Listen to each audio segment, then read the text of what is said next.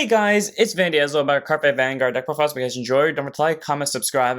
This time we're covering DZ set 9 for Stoicheia, Belgr. So Belgr is the Sky Ruler, basically a Blackwing knockoff, I would call it, from Yu-Gi-Oh! However, this deck, although originally when it was first released, I saw a lot of people saying his engine is bad, I argue is really good, because the first game I played with this deck with no testing whatsoever, no theory crafting, no imagining what had happened, no nothing, this deck hit its threshold on the first grade 3 turn while the opponent was at grade 2, of which this video is on my channel. Yeah, I'm gonna say this deck works like it needs to and just get this one started because it is honestly super fun to play, and I never thought I would say this about this deck. First today we have our energy generator, so it is our ride deck crest. You remember check this in your ride deck. Auto ride deck, when you ride, put this card to your crest zone. If you win second, energy charge 3. Continue to 10 energy, auto begin your ride phase, energy charge 3, and act on return energy about 7, draw a card. On pretty solid, you get a free 3 energy every turn. If you win second, you get an extra 3 on top of that. And if you ever have 7 or more energy at a time, you can energy blast 7 of them to draw a card.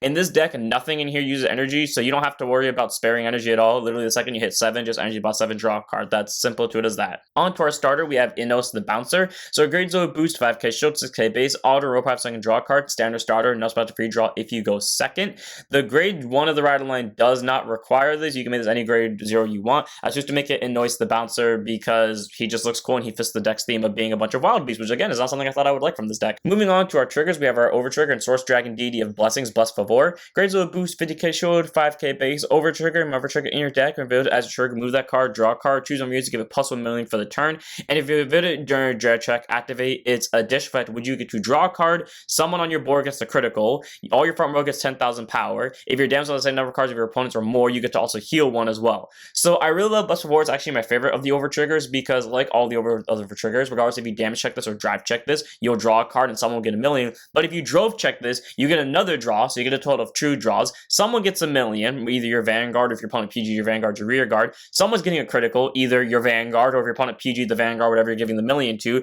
Your front row gets a 10k, so if your opponent won to pass the Vanguard, don't even give 1 million to the Vanguard, just get the 10k from the front trigger effect to it. And then you even get a heal possibly out of it as well. All around, I love this for a lot because it doesn't guarantee you the win when you sack it, but it puts you in such an incredible situation that makes it a hell of a lot harder to win or lose with. So I love Bless Favor a lot for that, and that's why I like to have it as my over trigger. As for our normal triggers, we're going to total 3 front and Frenzied Harris. Grade 0 boost, 50k shield, 4k base, continues guard circle. If your opponent's Vanguard's a grade 3 guard at 5,000 to the shield. So you know she's a 20k shield once your opponent's Vanguard hits grade 3. You can benefit from draws with this deck, especially because a lot of the times when I played this deck, I tend to go to either like 3 hand cards or 0 hand cards or somewhere in between that during my grade 2 turn. So it's nice to have that draw trigger to increase the hand. However, I prefer the front triggers to help increase the overall numbers of the front row. Again, because the ideal here is get to turn 3, get your max threshold off, bully your opponent into pure submission. So 3 of Frenzied Harris, but I digress. Then we have a total of 8 crit, 4 of which being Peppery Pepper. Grade 0 boost, 50k shield, 5k base. Makes any crit you want just to make a Peppery Pepper because, I don't know, I just pulled it from, I think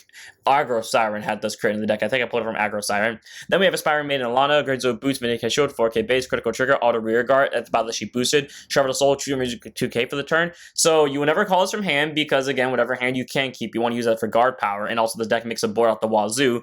But in this deck, because you're constantly sending stuff to drop zone, and there are ways to superior call from drop zone, this is your way to get it possibly onto the board to then use it to refill your soul, especially because the deck does have a handful of cards that cost soul. So we definitely want a lot in the deck. So we have a total of 8 crit for overall pressure, 3 front for overall number addition, and then 4 heal and cheery support elf. 8-0 boost, 50k shield, 5k base. You make this any heal you want. I chose to make a cheery support elf because it came in the same set as Peppery Pepper, and because I like to keep the heals and criticals basically as a duo. If one's in here, the other one's got to be in here. Moving on to our grade 1s, starting off with 3 copies of our order and our main way to bring stuff back from the drop zone. In the Dim Darkness, the Frozen Resentment. Grade 1 normal order, play it by Soul Blasting 1. Check with the top 3 cards of your deck. Choose a card from among them, discard it, and then shuffle your deck. And then choose a card from your drop zone, the grade less equal to your Vanguard, call it to rear guard circle. When I originally put this card in the deck, I did not expect this card to be as good as it was because it gets you technically 2 cards in the drop zone, the soul and itself. Then it puts a 3rd card into drop zone, and then you can call a card from drop zone to rear guard. So technically you're only getting 2 cards out of it, but still being able to get you board presence is great because this is a way to loop off certain skills, or after you do a bunch of milling, it gets you pretty much anything you want. It could be your really good beat stick booster. It could be Alana for soul charging. It could be a very specific grade 2 who basically allows your board to bully down your opponent. It can be whatever you need need it to be, and I love Dim Darkness for that. Again, it only costs a soul for it, and it is one of our soul bosses in the deck, but it works out fine with the deck's cost with everything, so it's a solid 3 of for me. On to our normal unit grade ones. 2 copies of a card whose mainly in here is a tech. You can make this whatever you want. I just chose to make it this because the deck can run into a soul problem, and she's here to mitigate it. Mind you, though, I put her in here before I did that game 1, and I thought in that game 1 I would never hit the threshold of 20 cards easily as I do, so mind you, she was here on the assumption that I would fail to hit that threshold. Anyways, Colored Flow, Brave Shooter, grade 1 boost, 5k shield, 8k base, auto rear guard. When this unit stands by a card ability, you may soul charge 1. So she does get you extra soul if you want, if you're afraid of decking out because you do a lot of milling that turn. You don't have to soul charge if you don't want to, but if you think you're going to need that soul for next turn, especially for your defensive cards, you are more than welcome to soul charge. And again, all she has to do is stand by a card ability, and because the Vanguard can either stand a column or stand the entire board, she will always be able to use that soul charge ability, so that's why I like having her as a 2 of. But again, she was here specifically on the purpose that the deck wouldn't hit the threshold easily on turn 3. It does, but if you want to tech her out, you can. And then we have 2 copies of Practice Miltelsia, grade 1 boost, 5k shield, 8k base. Again, in here specifically on the grounds that I didn't think the deck would hit the threshold as easily as it does, but there you go. I would still run this card even though it does hit the threshold easily because it does help increase the threshold. It also helps with guarding. So grade 1 boost, 5k shield, 8k base, auto and put on guard circle. If your Vanguards are grade 3 guard to Sky Ruler, Soul Boss 1, it'll get 5,000 shield for the battle, so just for 1 Soul Boss, a 10k shield. But if your drop zone has 15 or more cards in it, it gets plus 15k shield instead of 5k shield, which is all around incredible because that means it's a 20k shield. And again, like I said, typically when I play this deck, I tend to go down to 3 to 0 hand cards on my grade 2 turn, so having a card that can help me get shield back is especially incredible, even in the situations where I possibly even went second, so that way my opponent has a first grade 3 turn against me so they can bully me down with my very low hand card amount.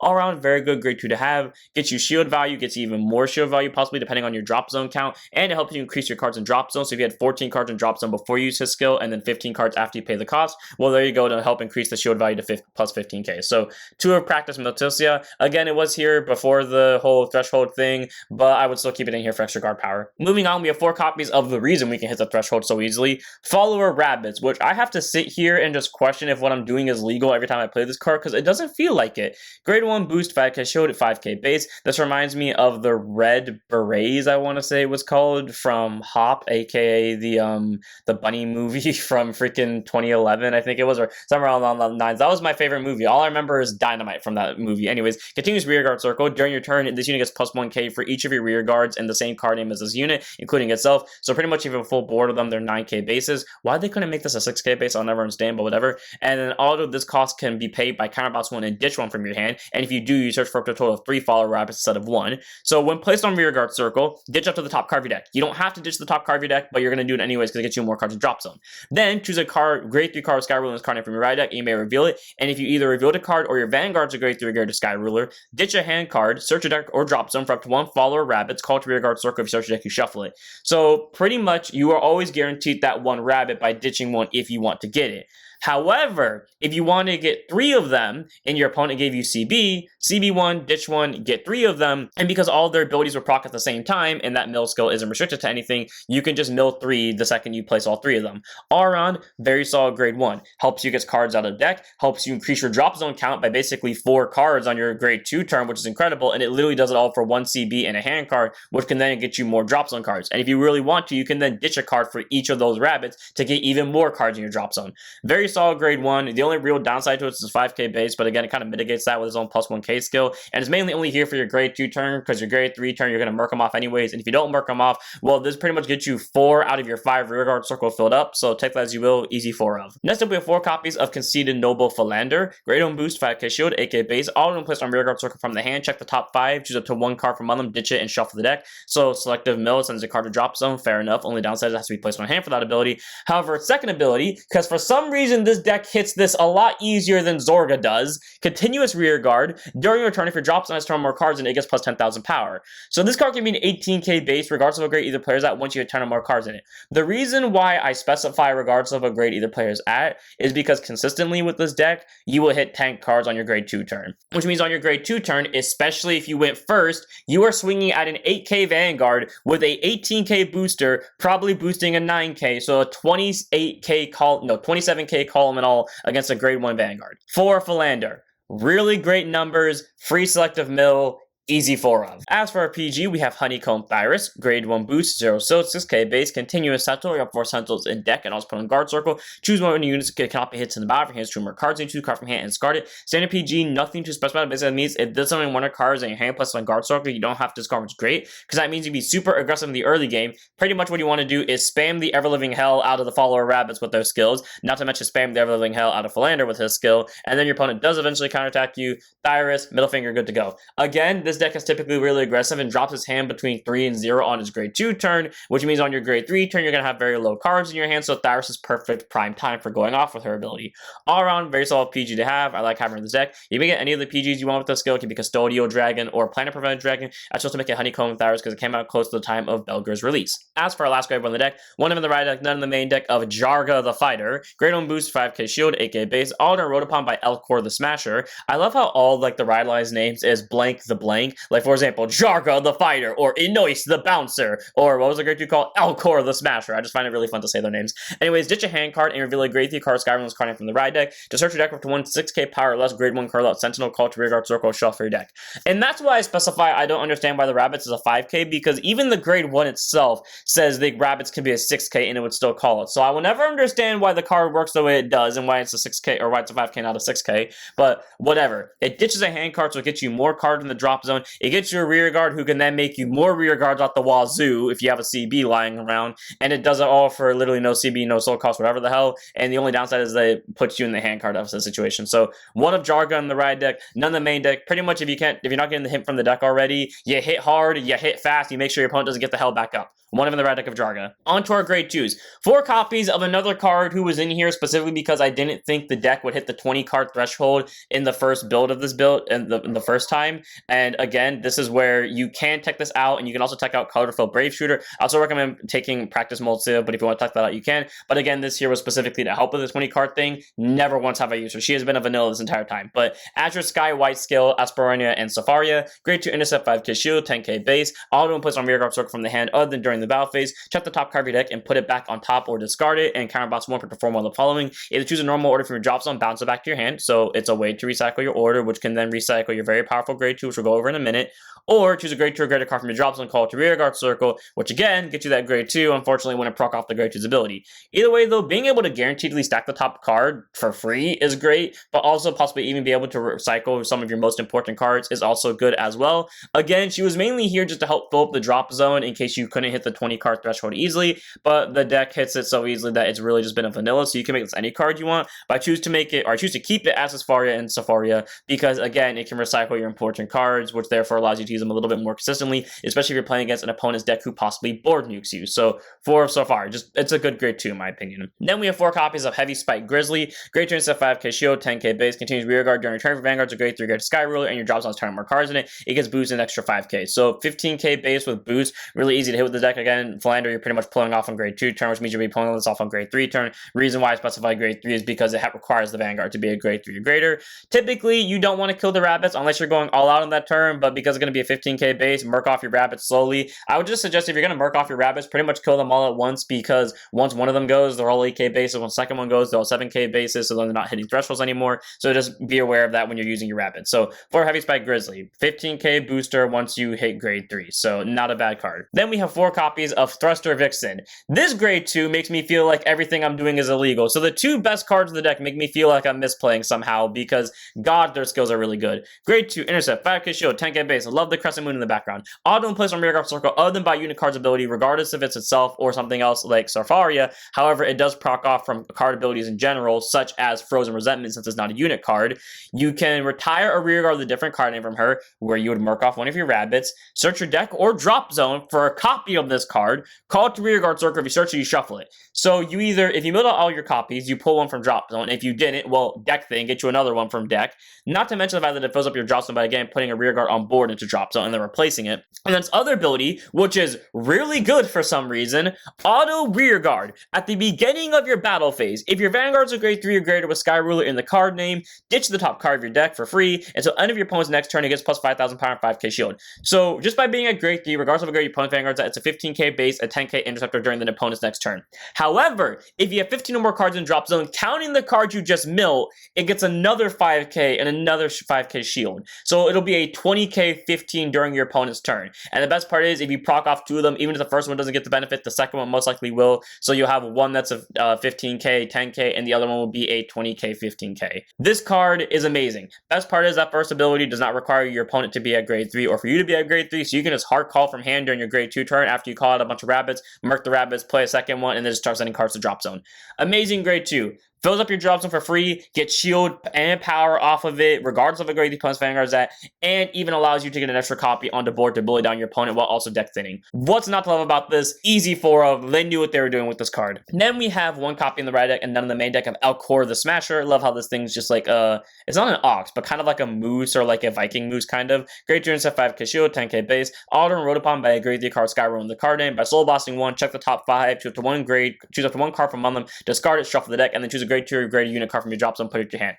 So mills any cards you want, and then you can even recycle a grade 2 or greater. So it can recycle your Vixen in case you sent it to drop zone early, or sent it to drop zone via that to recall it and then get board presence.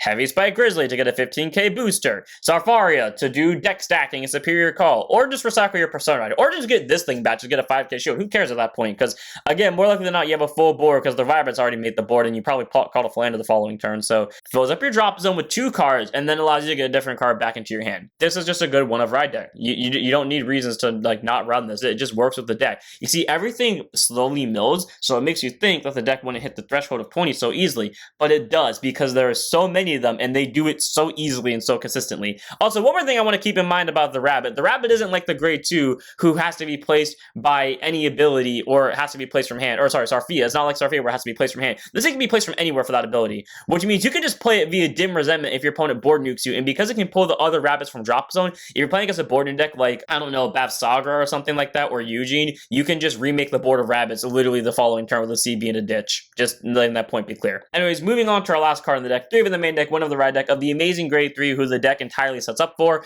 Belgr the Sky Ruler.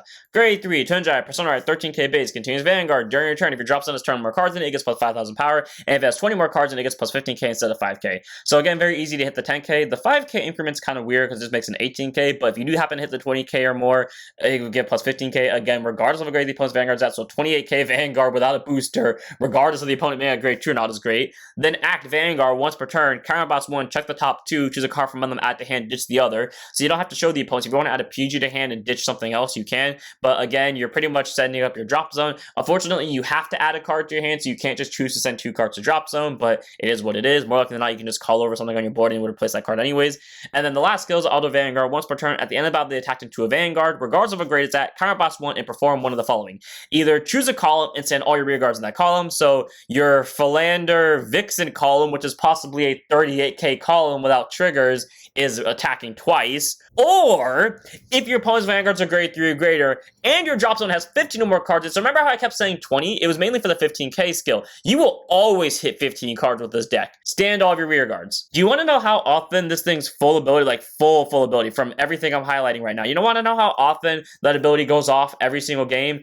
Every single game, except for one, which was on camera, that ability goes off max power on the first grade 3 turn. 28k board restand, at least another column of 38k swing going in at your opponent's grade 3 Vanguard. And if it's not a board restand, it's a column restand going against a grade 2 Vanguard, which is at least a 25k drop without triggers. I do not need to tell you why this card is very good. Great numbers. It gets a selective mill search and an extra hand card for only 1 CB, which is kind of annoying with the CB cost of the deck, but I digress. And it, at the bare minimum, either gets you a column stand, but more likely than not will get you a board stand. 3 of in the main deck, 1 of in the ride deck. This is a payoff for a deck mill skill. And without further ado, that's it for this one. I hope all of you guys enjoy. Again, on first glance, you think the deck works slow. It doesn't, because consistently, every single game, 20 cards, first grade 3 turn, spam the rabbit, your opponent board nukes you, get the rabbit back with Frozen Resentment. This grade 2 is incredible, because it can be hard played, or you can just call it out via the order. Sarfia is here literally just in case. She has been a vanilla this entire time.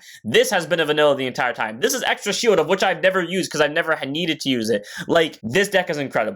Gets good numbers, gets incredible offensive pressure the second you can start attacking. What's not to love about it? If you guys want to check this out, I definitely recommend you play it for yourself because I just tell you what, it's super incredible. And if you found it fun playing Granblue back in the old days, here's your Granblue Red Line. So I'm S1 here. Hope all of you enjoyed. Don't forget to like, comment, subscribe, join the Twitch, and I'll see you all in the next one. Don't forget to up your Vanguards.